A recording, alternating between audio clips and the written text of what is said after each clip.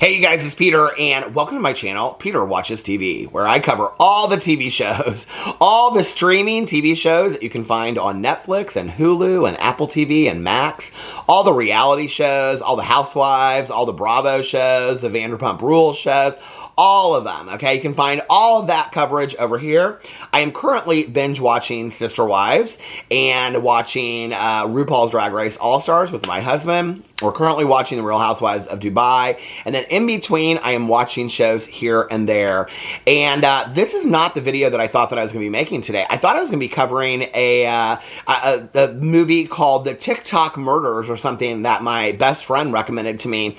But I got caught up on watching Sister Wives last night, and I was like, I need a break. Okay, I need a break from Cody for a little bit. And so I want to watch something else. And so I went in to try to find this show that my friend had recommended to me, and the TikTok Murders or whatever it's called, and it's a little bit longer than I thought. And so I thought, you know, I want to start something different.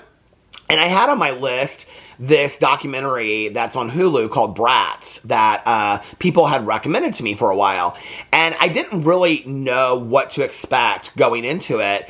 And so I watched this documentary late last night. It's on Hulu currently. It just came out, I think, like last month sometime. And it is, I believe, written and directed or put together by Andrew McCarthy, the actor that was in St. Elmo's Fire and Class and Pretty in Pink and all those movies from the 80s.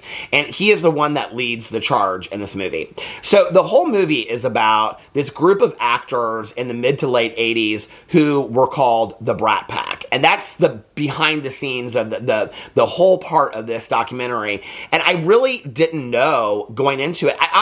Going into it, I thought, because these were all movies that I watched back in the day, these are for me. I mean, it was interesting because they were talking about how the movie The Breakfast Club is in the Criterion Collection, which I wasn't aware of. But those movies like The Breakfast Club, 16 Candles, Pretty in Pink, St. Elmo's Fire, I mean, so many of these movies that they mentioned, Ferris Bueller's Day Off, so many of these movies, I mean, I could just go on and on and on, really profoundly affected me in my teen years, just musically, also making me, especially like The Breakfast Club and Pretty in Pink, were movies that at that time when I watched them really made me feel seen. Like I really felt seen. And I don't think that it was just affecting teenagers at that time either. Like, I can remember my mom watching Pretty in Pink. It was one of my mom's favorite movies of life. And she loved Molly Ringwald's character of Andy in there. And my mom, I can remember talking to her, and she said, I my entire life felt like Andy. Like, I was never accepted. Like, I was never good enough. My mom grew up very, very poor. And she just so related to that character, you know, and I think one of the things that they don't really talk about in this movie is that movies like The Breakfast Club or 16 Candles or Pretty in Pink and things like that, or even St. Elmo's Fire, that even though that those were movies that took place in the 80s, the storylines to them, you know, this group of kids that were all together in detention, you know, on a Saturday, like The Breakfast Club, or, you know, this girl that fell in love with somebody and she lived on the wrong side of the track, so to speak, or literally in the movie, and, you know, 16 Candles, about your whole family forgetting your birthday party and how important your 16th birthday is and stuff like that.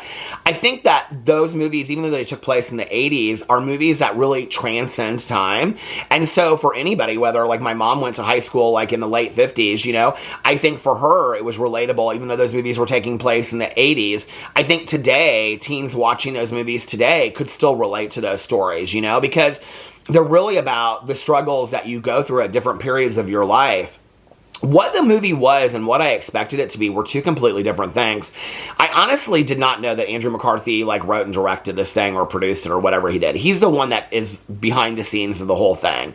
It's all told from his point of view. I really thought what it was going to be about was it was going to go back, and I didn't even know that it was going to interview a lot of these people. I thought it was really just going to show kind of like that period in time. Why can't I think of her name right now? Soleil Moon Frye did a documentary a couple years ago. I can't remember what it was called. It's like the cover of it is like a VHS tape. And it was about her recording like behind the scenes of all of like the child teen stars at that time, like her and Brian Austin Green and all the people from like 90210, and how they were all friends behind the scenes. They would hang out together and they would party and things like that. And that's really kind of what I thought Brats was going to be. I thought it was going to be all of these clips from back in the day of showing like, you know, Rob Lowe and Demi Moore like hanging out, and Demi Moore and Emilio Estevez like dating, and Molly Ringwald and how she related to all these people. I thought it was going to be like clips of interviews and, you know, clips of them like going to bars and clubs and partying and sitting over at each other's apartments and things like that. That's really what I thought the documentary was about. So when I started it, I was kind of surprised, honestly. So the documentary is really centered around this article that came out in not the New York Times, but the New York, I think, magazine or whatever, came out, not the New Yorker, the New York, what I can't remember. Anyway, it came out like around the same time. It was like right at the same time that St. Elmo's Fire was coming out, and right before Pretty in Pink came out. And so it was about this, it was basically an interview that this author, who's in the documentary, I mean, Andrew McCarthy interviews him later. It's basically this article that like went viral, I guess, at the time, and that he did this like sit down interview and like followed Emilio Estevez and Rob Lowe and Judd Nelson for like 2 days, went out to dinner with them one night, saw these people come up with them, and basically a lot of these things that they said, where they got to get into clubs, skip lines, basically VIP, all that kind of stuff, whatever, and like how people treated them in public. He basically turned it into this whole article, and then he was the one that termed them the Brat Pack. And so this whole like thing happened after that. That's where I think the term the Brat Pack, kind of coming from the Rat Pack, you know, of back in the day, of the singers and stuff like that, that it all came from that. He explains how he came up with the name. In fact, at one point, Andrew McCarthy sits down and interviews him. He's like, do you not feel bad about it? He's like, no, I don't feel bad about it at all. He was like, I mean, I don't want it to be the thing that I'm the most famous for in my entire life. He was like, but I'm pretty proud of it, you know, that I came up with this name.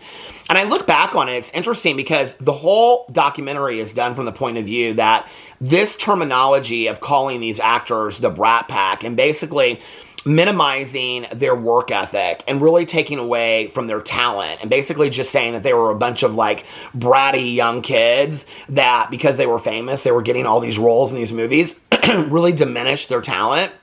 And so like big directors like Scorsese and things like that at the time, or Spielberg, would never have hired them for a movie, is basically what Andrew McCarthy says, because they were all termed as part of this Brat Pack. You know, and it's interesting to me because, you know, I grew up in that era with them, and I can remember watching these movies and knowing that they were called the Brat Pack, and I wanted to be part of the Brat Pack. Like, I can remember, like, it just seemed like they were having so much fun, and they were doing all these movies, and I wanted to be part of the Brat Pack.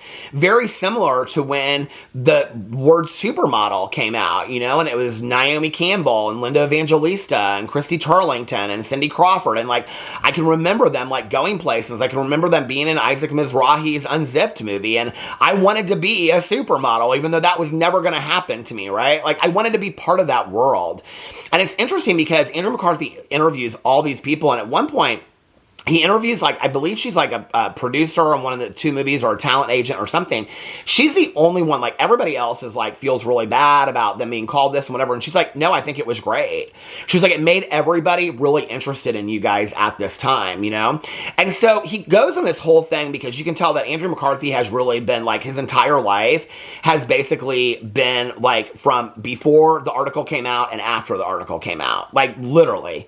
And it's interesting because I've never, to be honest with you, like, I've never been a huge Andrew McCarthy fan. Like, I don't dislike him. I think he's fine. But, like, it's interesting because throughout the movie, like, they'll talk about, like, well, when he's meeting with, like, Emilio Estevez, he'll be like, oh, yeah, people have come up to me for years and been like, oh, I'm such an Emilio Estevez fan. It's like, he's like, that kind of diminishes, like, them being a fan for me. And he says the same thing to Rob Lowe.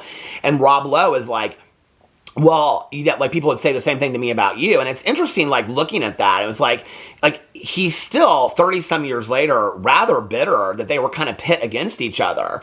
But isn't that the nature of the beast of Hollywood anyway? I mean, with like the Twilight movies, it was always like, team this, team that, and stuff like that. And it's been like that in movies or with groups of friends for years and years and years, that have been around. In all honesty, like I can remember like when Paris Hilton, and Nikki Hilton were going out to clubs and they were getting this like fame off of that and stuff like that. I don't know that Paris Hilton would be who she is today had it not been for that period where there were literally articles written in Vanity Fair. And I can remember they even like made up this fake sisters called the Marriott sisters that were like partying and all this kind of stuff. It was like this whole article that somebody wrote about it at the time. So when you see all this happen, right, and these naming of these people and things like that, I can understand how for them it was very daunting and they felt like this was being taken away from them. But it's interesting when you look at the people like that still have a career today, and I mean they all still on some level have careers, but it's like, to be honest with you, as I was watching this, like I really never thought, even though they were called the Brat Pack, I never really thought of them as like bratty, like I never thought like the implication. And I mean, I grew up in that era. They're my age. They're like either my age or like 5 years older. I think the majority of them are like, I'm 52, the majority of them are like 56. So I think Judd Nelson is like 63 or 64 or something like that. And so I grew up in that era. I remember them being called the Brat Pack. I remember when all of that happened. I loved those movies. I wanted to be part of it. I never thought that it implied that they were these bratty people, right? So it's interesting to me that he took that and kind of like ran with it and said that it ruined his whole life. That this one article calling them the Brat Pack, that then they were referred to the Brat Pack, which in all honesty, I mean, throughout the years, like, yes, I've known that term, but it's not like, I always say to my friends, like when we're talking about those movies, like, do you remember the Brat Pack from St. Elmo's Fire? Do you remember the Brat Pack that was, I mean, that he remembers it more than anybody does. It's very, very obvious, right? And what's interesting about it is, I'm like, okay, 35 years later, you're still talking about it. If anything is bratty about it, it's about the fact that you have not let this go. And this is somebody that loved those movies, and I'm talking from that generation, okay? That 35 years later, you are so bent out of shape about this article that came out that you feel like diminished your entire reputation. And it's so interesting because so he interviews, throughout the movie, he interviews Ali Sheedy, who is very empathetic towards him. And Ali Sheedy was just in the show, single, drunk female. I think it just got canceled after 3 seasons or 2 seasons. She's fantastic in it. Rob Lowe still has a career. Demi Moore still has a career. All these people still have a career. Andrew McCarthy still has a career today, And so they're all very empathetic. The only 2 people that he doesn't meet with from the Brat Pack are Molly Ringwald. She says she wants to think about it. I was really hoping that at the end that she would sit down with him because she was really the only person. I mean, she's the person that I love the most out of this whole group. And so I was really hoping that she would sit down because I thought she would give a really interesting perspective. It's interesting today that we see Molly Ringwald and things, like Capote versus the Swans. I mean, she's had kind of a resurgence recently and she was in Riverdale and things like that. I really wanted to hear her perspective because she was kind of this very like edgy, artsy person that was kind of on the outside. So to be included in that group, I really wanted to hear what she had to say. Also, Judd Nelson, who I thought was very attractive back then. And I was like, and he was like, I can't remember what the guy's, why can't I think of his name now? I've watched Breakfast Club so many times, but when she gives him her diamond stud at the end and then he walks out, of the Breakfast Club and all that kind of stuff. I mean, he'll forever be, famous for that. Why can't I think of his name right now? I know somebody's writing it in the comment section below. And I really wanted to hear what Judd Nelson had to say. But he goes in and he interviews Leah Thompson, who, interestingly enough, is married to the director of, I believe, Pretty in Pink, and has been married since, like, 1989 or something like that. Leah Thompson, who she says she was, because he asks her, were you Brat Pack? And she was like, I'm Brat Pack adjacent. Leah Thompson, for me, this is just an all truth, is somebody that, like, I remember, like, they show a clip from Some Kind of Wonderful, which is also one of my favorite movies of life, and I was like, was Leah Thompson the hot girl in that movie? Like, I don't remember her. Like, she's forgettable for me. She seems very nice in the documentary. I'm just being completely honest, okay? When I think back about actors and actresses from that time, Eric Stoltz from Some Kind of Wonderful, I remember him because he was in Mask with Cher. That movie was, like, unbelievable, right? And so those movies that I watched back then, it's interesting, like, who they interview and who I remember. He interviews Timothy Hutton, who he says is kind of like the grandfather of the Brat Pack because he came before.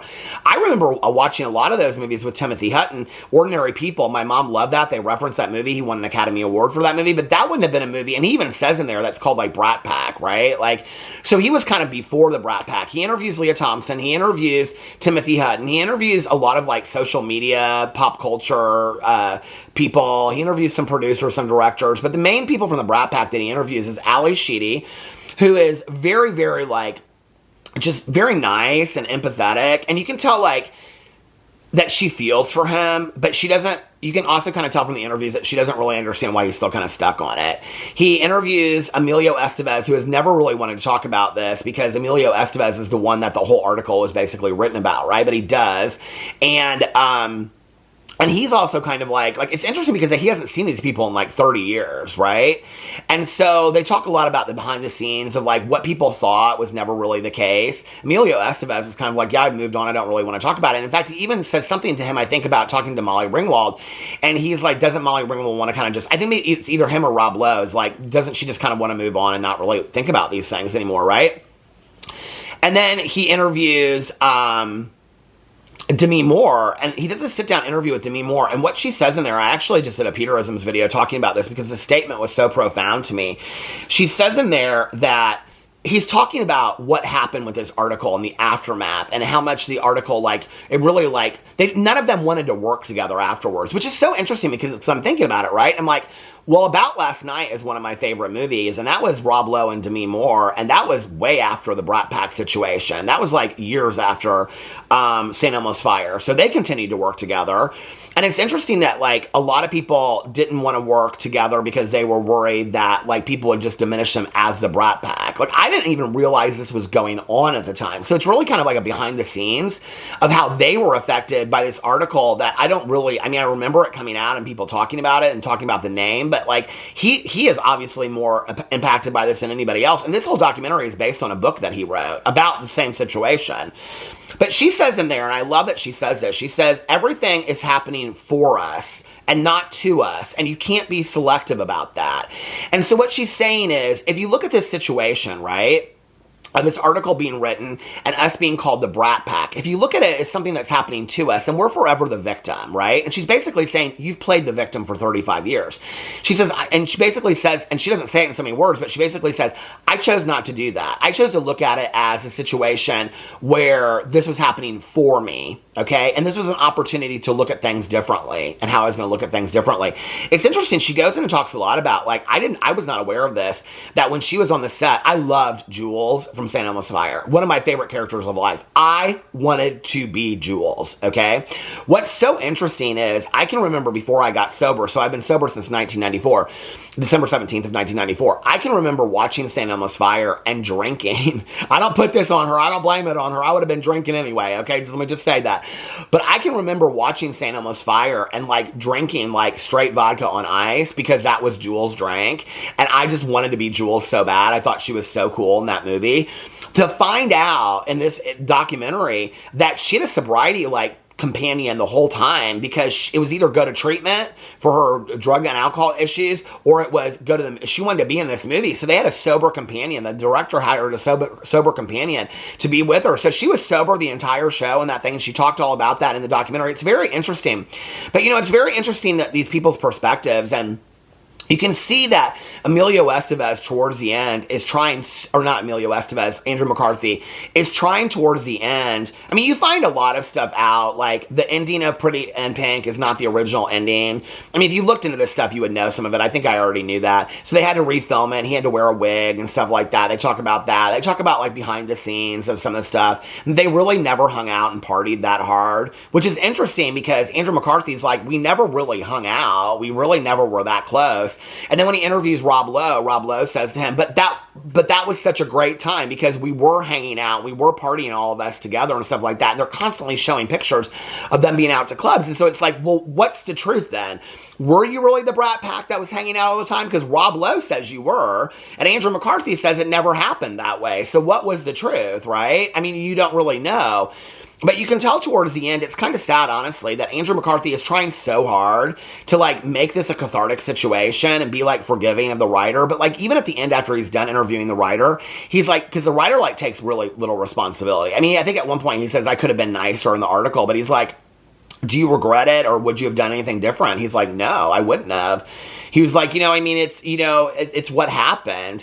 And Andrew McCarthy's so offended by it. And so then he's like, well, thank you for meeting with me. And he shakes his hand and they hug and stuff like that. And, and basically the writer was like, this was just a moment in time. It was one article out of 8 that I wrote in a year, and like, you guys just happen to be collateral damage because that's who you were at the time. I don't regret it. He's like, I came up with like a really smart word and called you guys the Brat Pack. He explains that like he and his friends had gone out to be like other journalists in LA before he flew back the next day to write the article, that they were like eating and they were so full because they had eaten so much. And his friend said something about them being the Fat Pack. And so he was in his head and he was like, the Fat Pack, the Brat Pack. And so he came up with that. I mean, he was the one that coined the term.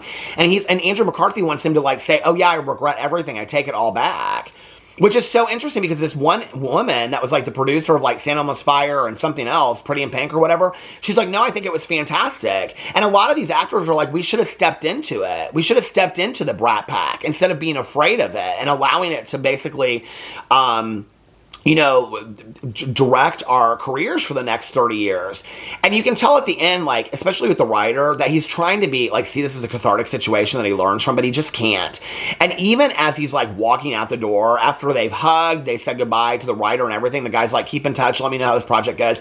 Andrew McCarthy turns to him and he goes, so you wouldn't have done anything different? And I'm like, seriously, dude, let it go. Like, this was 35, 40 years ago. Let it go, okay? I mean, I think at this point, it was, like, 40 years ago, right?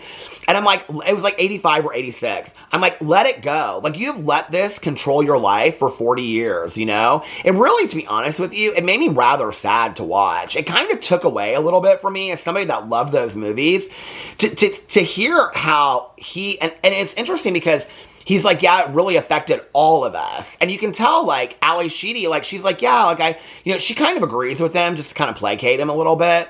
But, like, Demi Moore doesn't seem like she's greatly affected by it. I mean, even Emilio Estevez in this gorgeous house, I mean, he's like, I don't really want to revisit it. Rob Lowe is like, kind of like, hey, remember those were the good times. It's Andrew McCarthy that really seems like he was ate up with it. So it really is like, okay, Andrew McCarthy taking this and internalizing it is really something that really screwed with his head. I mean, he talks about therapy and stuff in there. He throws it out at one point of all the years of therapy and stuff. And I'm like, all the years of therapy over one article that was written about you, I don't know. For me, it kind of made me sad. And as a person in recovery, when you think about, that I can't control what other people say or do and things like that, and I'm not responsible for what other people say. That's on them, not me, right? And it's interesting. That's why I love the quote from Demi Moore so much, that if you look at things in life as things, I mean, not that this is true, but if you look at the world from this perspective, right, that after things have happened, if you look at them, instead of victimizing ourselves at things that happened to us, but instead of things that happened, they were happening for us, what's the opportunity that we can take away from that? She's like, that's how I choose to look at it today. I don't know, it kind of made me sad watching it, in all honesty. It kind of made me feel like, I mean, he's still so stuck in anger and resentment about this one article that came out 40 years ago, and I'm not saying that it didn't have effect on him. I'd be interested to know if other people that are like my age and watch these movies and grew up, if you felt a little bit the same way. I kind of didn't get it, honestly, I've had things that have happened to me in my youth. I had things, I got sober when I was their age at the time the article came out. I got sober at 22 and a half. And so that was the age that they were when the article came out. I can remember things that happened to me. I mean, this is, I've been sober 29 and a half years. I can remember things that happened to me back then. I've worked in therapy. I've processed them in inventory, and I've worked with my sponsor, several sponsors at this point in recovery, and talking about those things. I'm not going to say that they haven't impacted me, but I don't hold as tightly to them today as I did, 30 years ago. I hope nobody does, right? I don't really want to hold that closely onto things that happened to me 5 years ago or 3 years ago or even a year ago, because that takes away from us living in the present. And so seeing that, it kind of made me sad, honestly, and it kind of like put a negative spin on that time period of watching those movies, all from Andrew McCarthy's perspective, that he was so bent out of shape about this, I don't know. And then at the same time, I felt bad because you can see it really had detrimentally affected his career, that he took this term that this writer put out there, and he really, like, it like so brought him down. It made me sad for him, you know? Anyway, I don't know. I don't think it was the greatest documentary in the entire world. I don't think it was the worst one. To be honest with you, I kind of like, when it was over, I was kind of like, huh. That's not really how I usually am with documentaries. I'm usually like, I don't want to stop talking about them or whatever. But I was just kind of like, oh, okay. Glad I watched it. It's over now, so now I know what it's about. Anyway, if you watched it, let me know what you think in the comment section below. Also, put your favorite Brat Pack movie in the comment section below. I love you guys, and mine is forever and will always be pretty in pink. I love you guys so much, and I will see you tomorrow. Bye.